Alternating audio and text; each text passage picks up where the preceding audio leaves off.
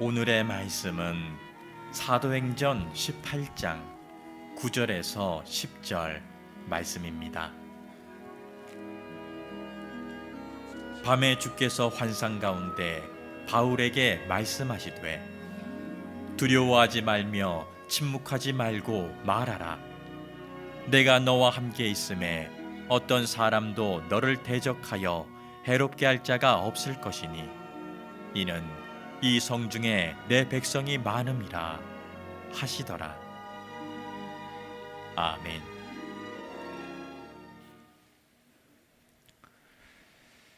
(1997년) 미국 오하이오주에서 한 흑인 여자아이가 태어납니다. 이 아이의 어린 시절은 불행했습니다. 왜냐하면 태어나 보니 아버지가 누군지 모르겠습니다.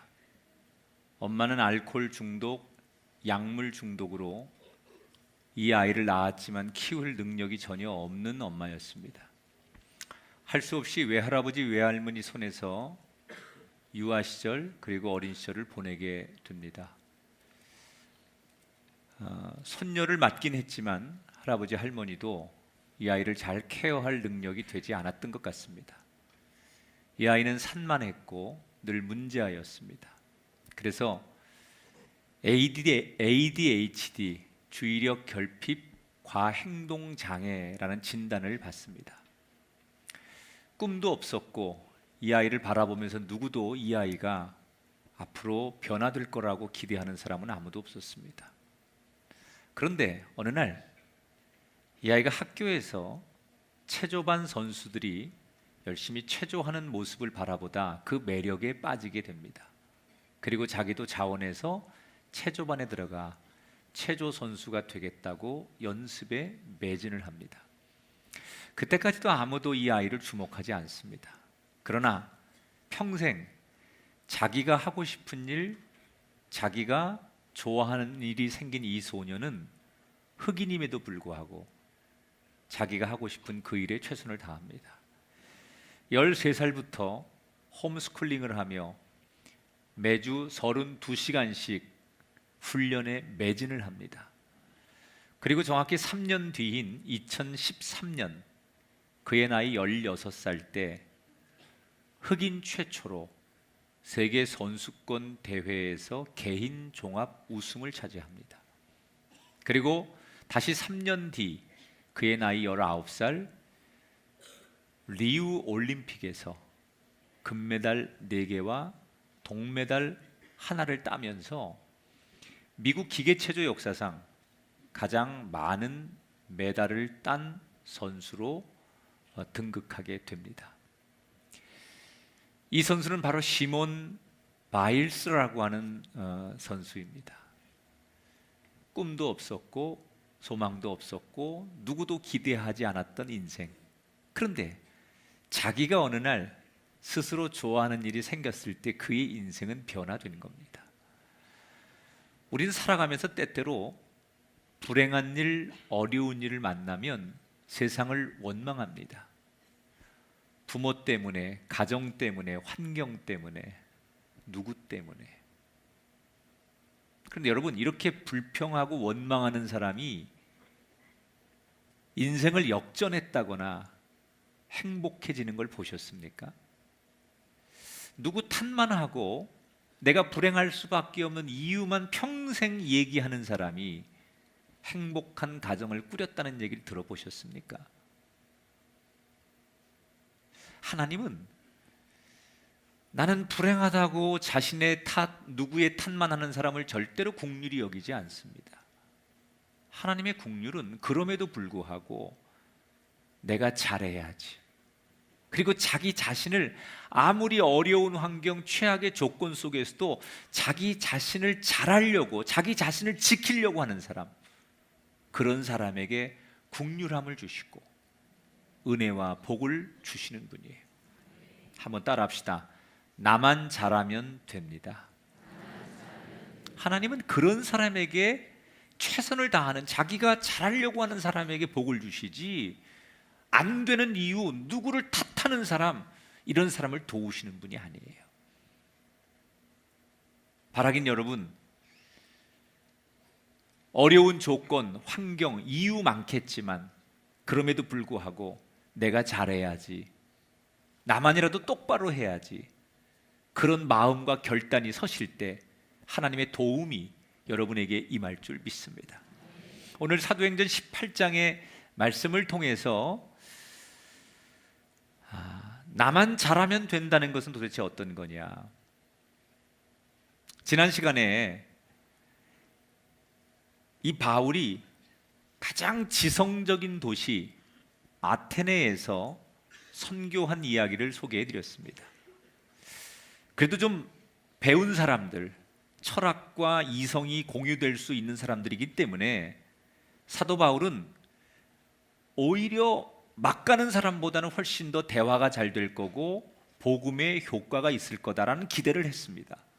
그러나 지난 시간에 말씀드린 대로 지적 교만이 가득했던 아테네 사람들은 사도 바울의 이 복음을 받아들이지 않습니다. 그래서 다른 도시보다도 이 아테네에서는 굉장히 소수의 열매만을 거두고 사실은 실망을 하게 되지요. 그리고는 아테네를 떠나서 사도 바울은 오늘 본문에 등장하는 고린도라고 하는 도시를 오게 됩니다.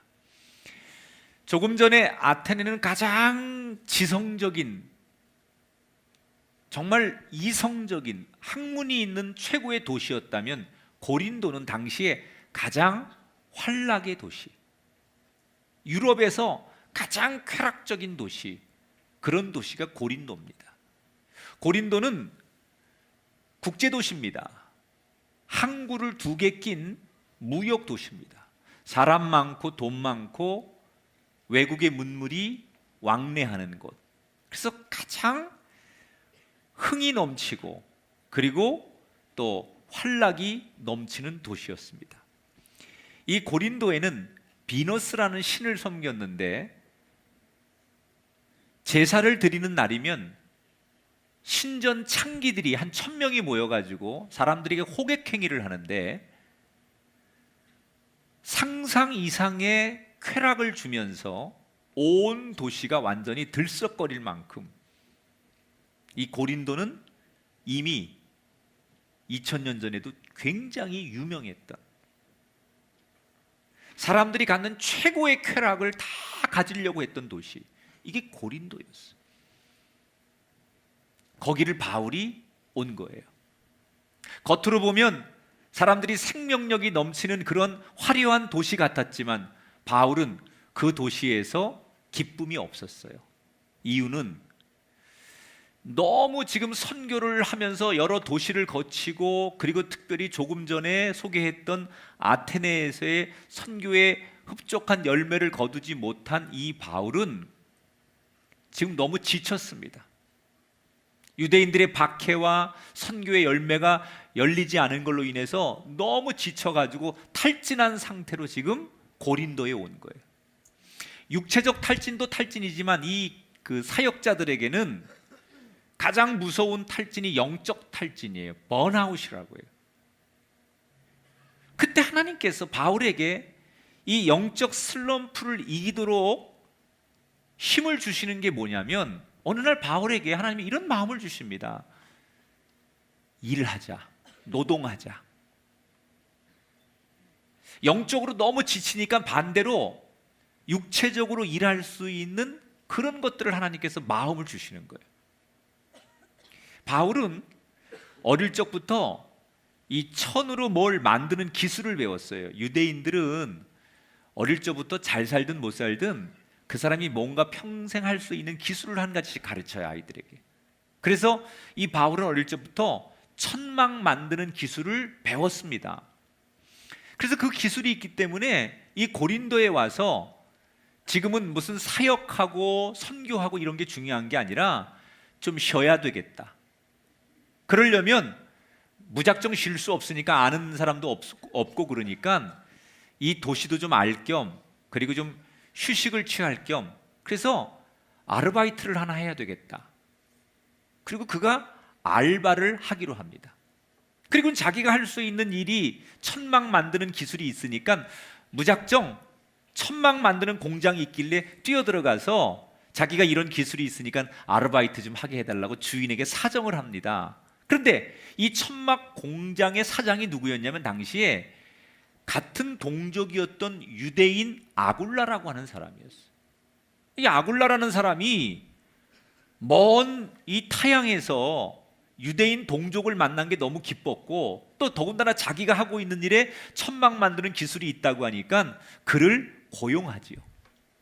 그리고 함께 일을 하다가 어느 날 바울이 사장인 아굴라에게 자기를 소개하는 거예요. 사실 자기는 예수 믿는 사람이다. 그래서 예수님의 뜻을 따라서 지금 여러 도시를 다니면서 이 유로까지 건너와서 나는 전도하고 있는 중이다.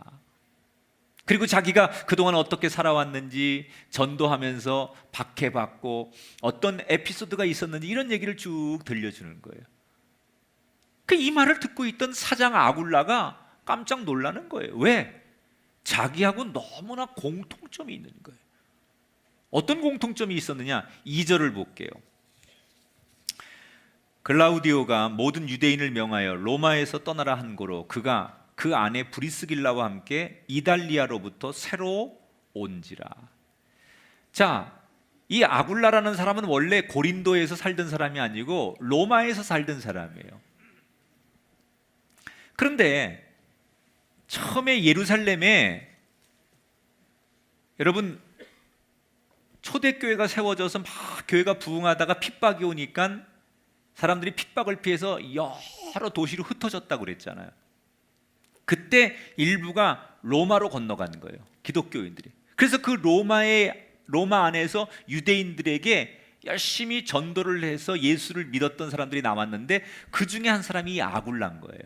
그래서 당시 로마라고 하는 곳 안에 유대인들 가운데 예수 믿는 사람들이 생겼는데 보수적인 이 유대교 유대인들이 같은 동족인데 예수 믿는다는 것 때문에 자꾸 로마 안에서 유대인들끼리 충돌이 일어나는 거예요. 아니 남의 나라 와가지고 같은 동족끼리 서로 도와주고 잘 살아야 되는데 서로 종교적인 문제 때문에 유대인들끼리 다투는 거예요. 자꾸 폭동이 일어나고 질서가 어지럽혀지니까 어느 날 황제가 화가 나가지고 로마에서 유대인들을 전부 추방해 버립니다. 그래서 할 수 없이 그때 로마를 떠나게 된 사람들 가운데 이 아굴라라는 사람도 추방을 당하면서 모든 삶의 기반을 내려놓고 고린도라고 하는 도시에 와가지고 천막 공장을 다시 오픈하면서 고생해가지고 지금의 이 자리를 마련한 거예요. 그러니까 자기도 이 고린도에 오고 싶어서 온 게 아니고 유대인들의 갈등 때문에 할 수 없이 시련 때문에 여기 왔는데 바울도 보니까 자기처럼 오고 싶어서 온 도시가 아니라 이런저런 시련 때문에 여기 왔다는 거예요. 만약에 바울이 박해를 받지 않았고 자기가 뜻하던 대로 모든 게 선교가 잘 되고 전도가 잘 됐다면 아마 바울은 고린도에 안 왔을 거예요. 그리고 아르바이트를 하면서 지금 이 아굴라라는 사람을 만나지 못했을 거예요. 아굴라도 마찬가지예요. 로마에서 자기가 계획한 대로 그냥 삶의 기반이 잘 되고 형통하고 갈등이 없었다면 이 고린도에 올 생각하지 않았을 거예요. 그런데 바울에게도 시련이 왔고 아굴라에게도 시련이 왔기 때문에 두 사람 다 할 수 없이 고린도에 왔는데 그때는 왜 내가 이 정든 땅을 떠나야 되고 내가 왜 이렇게 삶의 기반이 무너져야 되고 왜 나한테 이렇게 환난과 시련이 많아야 되냐고 알 수 없었는데 지나고 보니 그 시련이 오히려 이 고린도에 와서 하나님이 뜻하지 않은 이런 만남을 예비하신 거구나라는 걸 그때 깨닫는 거예요. 여러분, 우리가 이제 이 사도행전 로마서 그 뒤에 나오는 이제 고린도 전서 후서가 바로 고린도 교회가 이 바울과 아굴라 부부를 통해서 세워지면서 나오는 성경이 기반이 된 책이잖아요. 그러니까 기독교 역사에 지금 개인적으로는 시련이고 환난이고 너무나 고통스러운 상황을 만났는데 바울과 이 아굴라가 그것 때문에 할 수 없이 고린도를 원하지 않게 왔지만 그것이 기독교 역사를 만드는 근간이 됐다는 거예요. 이게 뭘 말하는 거냐? 하나님은 항상 우리에게 더 좋은 것을 예비하시는 분이에요. 여러분, 그런 하나님을 기대하시길 주 이름으로 축원합니다. 여러분 삶에 하나님, 왜 나 이렇게 힘들어야 되죠? 이렇게 원망하고 여러분이 하나님 앞에 정말 탓하고 그런 게 아니라 시련이 오고 환난이 오고 내가 뜻하지 않은 어려움이 왔을 때 오늘 바울과 아굴라처럼 하나님께서 더 좋은 것을 예비하시는구나. 나는 잘 모르겠지만 나를 새로운 고린도 땅으로 인도한다면 그것은 하나님이 나를 더 좋은 곳으로 인도하시려고 하는 예비하심이구나. 이것을 기대하시기 바랍니다. 어떤 분은 지금 여기 와서 이 지역에서 사시는 분 가운데 아마 전에 살던 곳에서 갑작스럽게 부도가 났거나 아니면 여러 가지 이런저런 어려움이 있어서 할 수 없이 이 지역으로 이주해 오신 분도 계실 거예요. 정든 과거에 살던 여러분의 떠나고 싶지 않은 그곳에서 어쩔 수 없이 떠나서 지금 여기 와 살고 있는 분이 계시다면 절대로 여러분 더 이상 슬퍼하지 마십시오.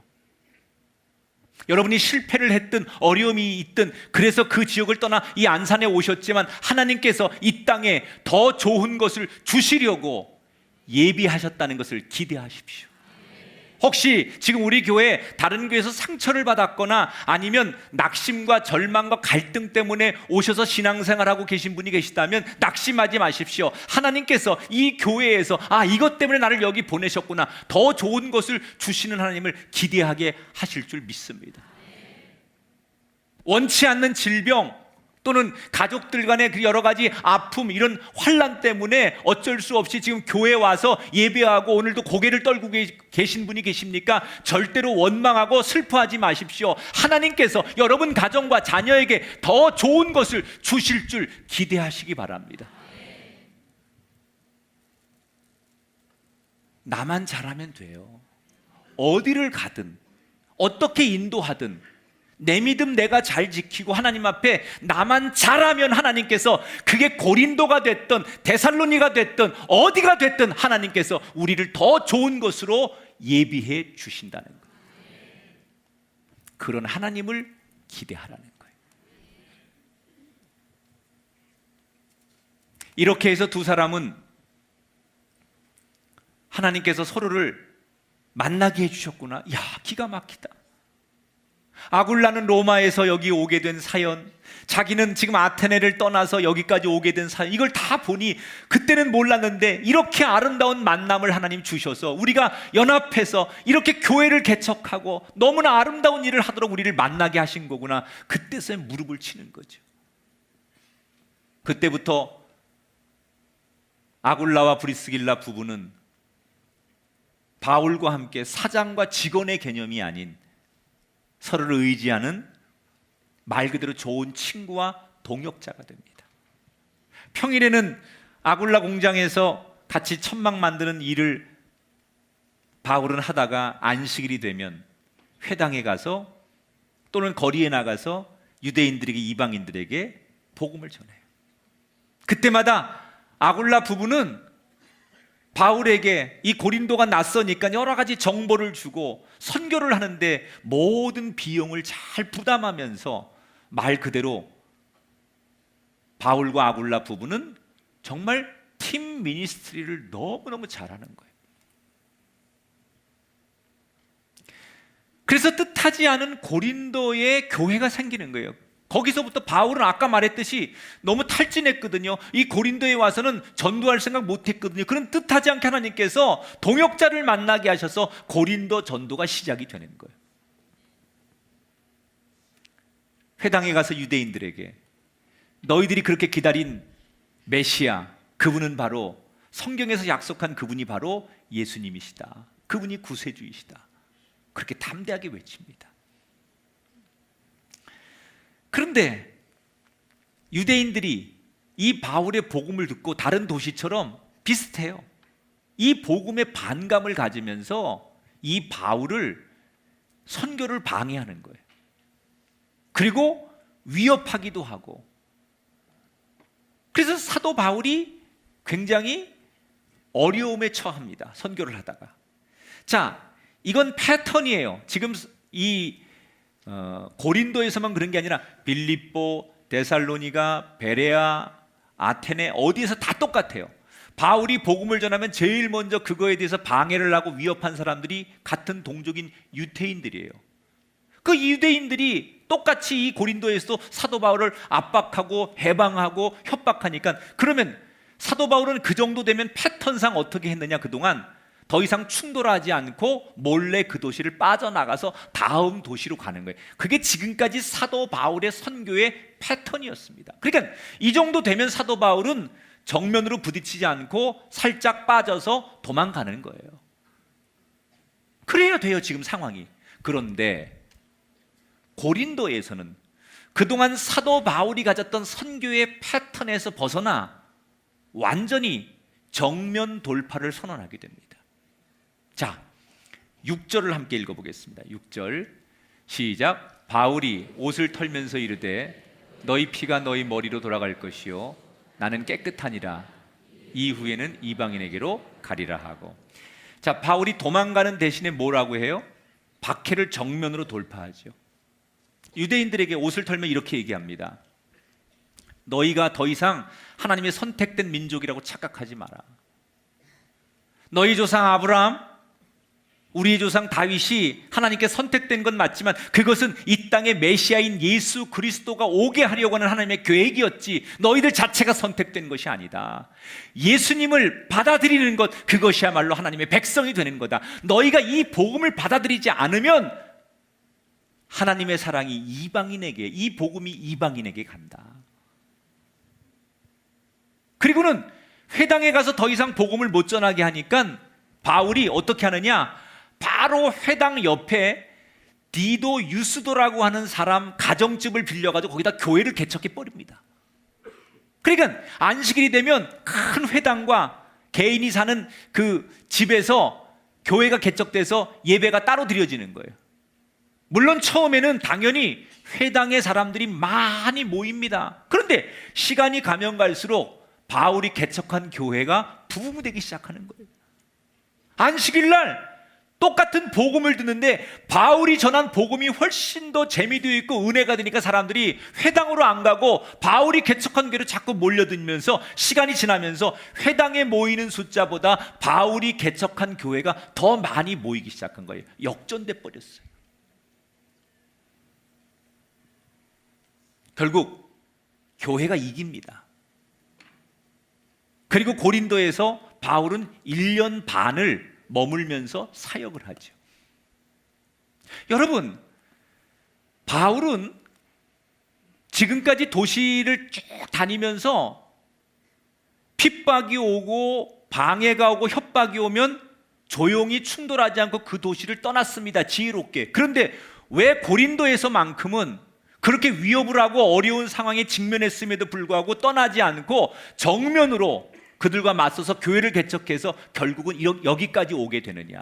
도대체 무엇이 사도 바울을 이렇게 담대하게 그동안 선교의 패턴에서 벗어나서 새로운 패턴으로 그를 만든 것일까? 이유가 있었어요. 자, 9절, 10절 같이 읽습니다. 주께서 환상 가운데 바울에게 말씀하시되 두려워하지 말며 침묵하지 말고 말하라. 내가 너와 함께 있음에. 아멘. 자, 고린도에 도착해서 어느 날 밤 사도 바울이 낙심과 절망으로 밤을 뒤척거리고 있을 때 어느 날 밤에 하나님께서 환상 중에 바울에게 이렇게 말씀하시는 거예요. 두려워하지 말고 담대해라. 내가 너와 함께 있느니라.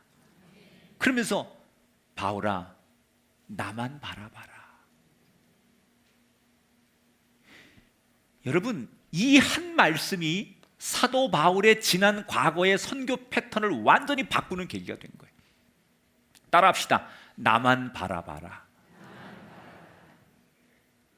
여러분에게도 저는 이 바울에게 들렸던 위로의 음성이 들리게 되길 축복합니다. 낙심하고 뒤척거리고 인생에 대해서 어려움이 오는 여러분들에게 오늘 하나님께서 형제여 자매여 너 나만 바라봐라, 이런 위로의 음성이 들리게 되길 주 이름으로 축원합니다.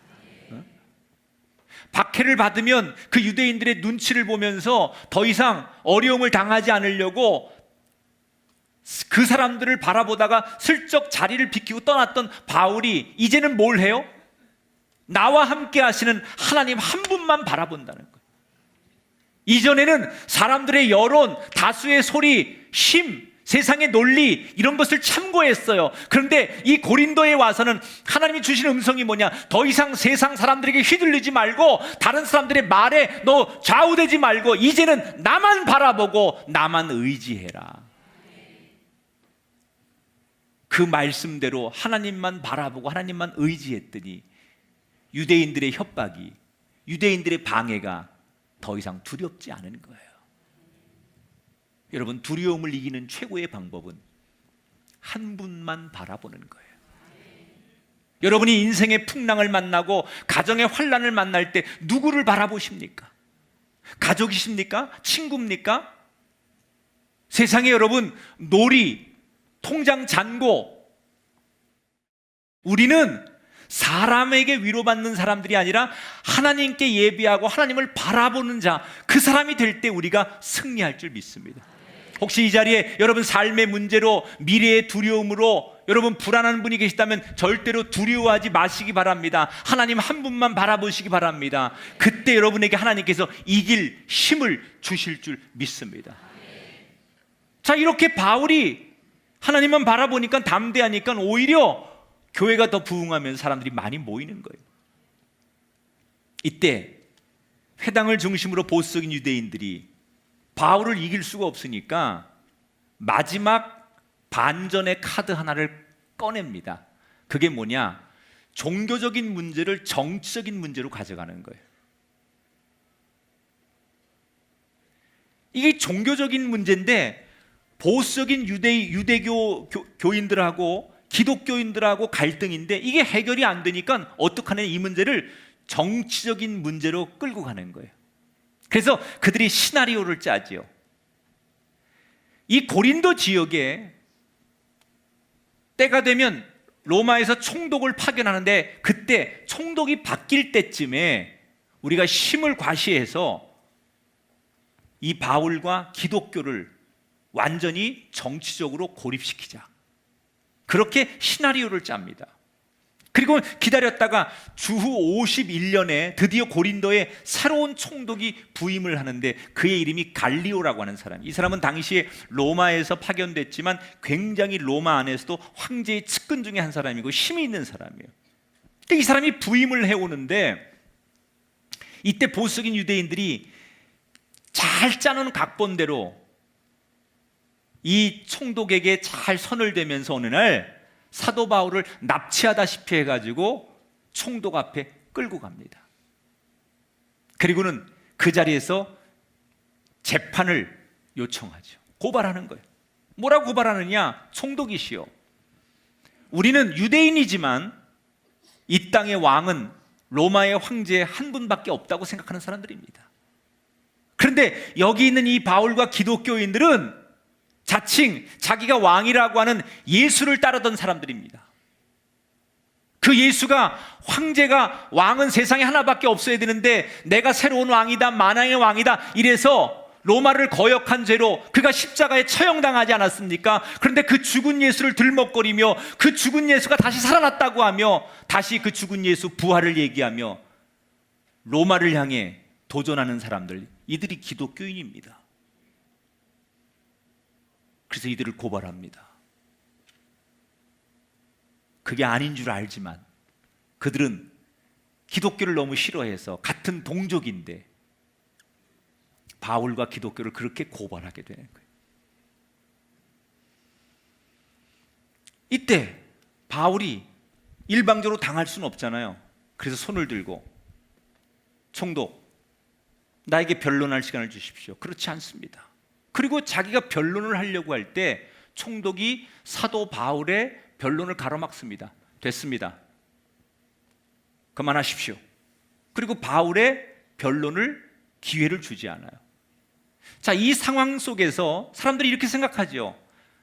이미 총독이 보수적인 유대인들의 편이 되어서 정치적으로 야합을 했을 것이고, 그래서 바울은 기회가 박탈당하고 이제 저렇게 저들의 각본과 시나리오대로 그렇게 흘러간다. 그래서 유대인들은 의기양양해 하는 거예요. 그런데 바로 그때 누구도 생각지 못했던 이 갈리오의 명판결문이 나오게 됩니다. 자, 14절, 15절 같이 읽습니다. 시작. 유대인들아, 만일 이것이 무슨 부정한 일이나 불량한 행동이었으면 내가 너희 말을 들어주는 것이 옳거니와, 만일 문제가 언어와 명칭과 너희 법에 관한 것이면 너희가 스스로 처리하라. 자, 이 갈리오 총독이 뭐라고 말하느냐? 고발한 사람들에게, 너희들 같은 유대인들인데, 가만 보니 같은 동족인데 왜 서로를 고발하느냐? 그리고 저 바울과 기독교인들 가만 보니까 너희들 고발했는데 내가 이렇게 보니까 무슨 정말 잘못된 행동을 했거나 법을 어겼으면 내가 재판을 하겠는데 뭔가 지금 법을 어긴 게 없다. 사회적으로 문제되는 것도 없다. 다시 말하면 너희들 가만 보니까 종교 문제를 가지고 너희들끼리 갈등하다가 이걸 가지고 이렇게 사회법으로 왔는데 종교 문제는 너희들끼리 해결하는 게 맞다. 그러면서 더 이상 여기 재판 이거 할 필요 없으니까 기각한다, 그리고 땅땅땅 판결을 내렸다는 거예요. 보수적인 유대인들이 처음부터 이 종교적 문제를 정치적 문제로 비하해서 끌고 가면 통쾌하게 승리할 줄 알았는데, 이 재판관이, 총독이 종교적인 문제 종교적으로 해결하라, 그리고 기각을 시켜버린 거예요. 자, 이 말은 뒤집어 얘기하면 고린도라는 도시에 기독교가 공식적으로 활동할 수 있게 되는 계기가 되는 거예요. 교회를 없애려고 했는데 오히려 이 재판과 판결을 통해서 이제 기독교인들이 유대인들의 그 어떤 반대에도 불구하고 공식적으로 선교하고 예배를 드릴 수 있게 됐다는 거예요. 자기들의 계획이 뜻대로 안 되자 이 보수적인 유대인들이 자기 그 회당의 회당장을 무참하게 폭력을 가하면서 분풀이한 것으로 오늘의 성경 이야기가 끝을 맺습니다. 그런데 저는 여기서 이 갈리오라는 총독이 14절에 내린 판결문 중에 우리가 주목해 봐야 될 그런 그 대사가 있어요. 단어가 있어요. 한번 볼게요. 무슨 부정한 일이나 불량한 행동이었으면 내가 너희 말을 들어주는 것이 옳거니와. 자, 재판관이 뭐라고 말해요? 이 사람들이 무슨 악한 일이나 불의한 일을 했다면 재판하는 게 맞을 텐데 이 사람들은 가만 보니 그런 죄를 범하지 않았다는 거예요. 여러분, 이게 사실이거든요. 사실 사도 바울은 지금까지 사실 핍박을 받고 억울한 일을 너무 많이 당했어요. 안식일마다 그리고 평일마다 그는 사람들에게 나가서 진짜 복음, 굿 뉴스, 인격적으로 그들의 영혼을 살리는 아름다운 소식을 전하는 것밖에 없습니다. 그런데 거기에 비하면 유대인들의 그 핍박과 괴롭힘 그리고 폭력 이런 것들은 너무 심했었거든요. 그럴 때마다 바울을 따르는 기독교인들이 너무너무 힘드니까 참다 뭐라고 말하느냐? 선생님, 우리도 주먹은 주먹으로, 칼은 칼로 맞섭시다. 우리가 맨날 당하고만 있으니까 저들이 우리를 우습게 보는데 우리도 그럴 힘이 있다는 거 한번 보여줍시다. 너무 당하는 것도 억울하지 않습니까? 우리가 뭘 잘못했다고 같은 동족인 유대인들이 우리를 이렇게 괴롭히고 우리를 이렇게 모함합니까? 우리 너무 억울하니까 이제 한번 힘으로 맞섭시다. 우리도 고발합시다. 뭐 이러면서 억울함을 호소하고 흥분한 그런 기독교인들이 있었어요. 그런 건의를 받을 때마다 사도 바울은 그런 기독교인들을 진정시키며 뭐라고 얘기하느냐? 아닙니다. 아무리 저들이 세상적인 방법으로 우리를 모함하고 괴롭히고 우리를 힘들게 해도 우리는 늘 하나님의 방법으로 선하게 행동해야 됩니다.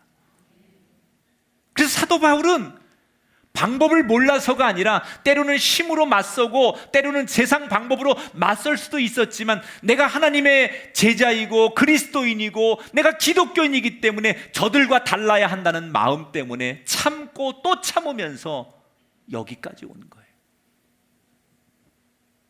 그랬더니 하나님께서 이 고린도에서 드디어 재판에서도 이기도록, 어떤 것을 동원하지 않았는데도 하나님께서 선한 열매가 맺혀지도록 은총을 주신 거예요. 한번 따라 합시다. 선을 행하면 기회가 옵니다. 할렐루야.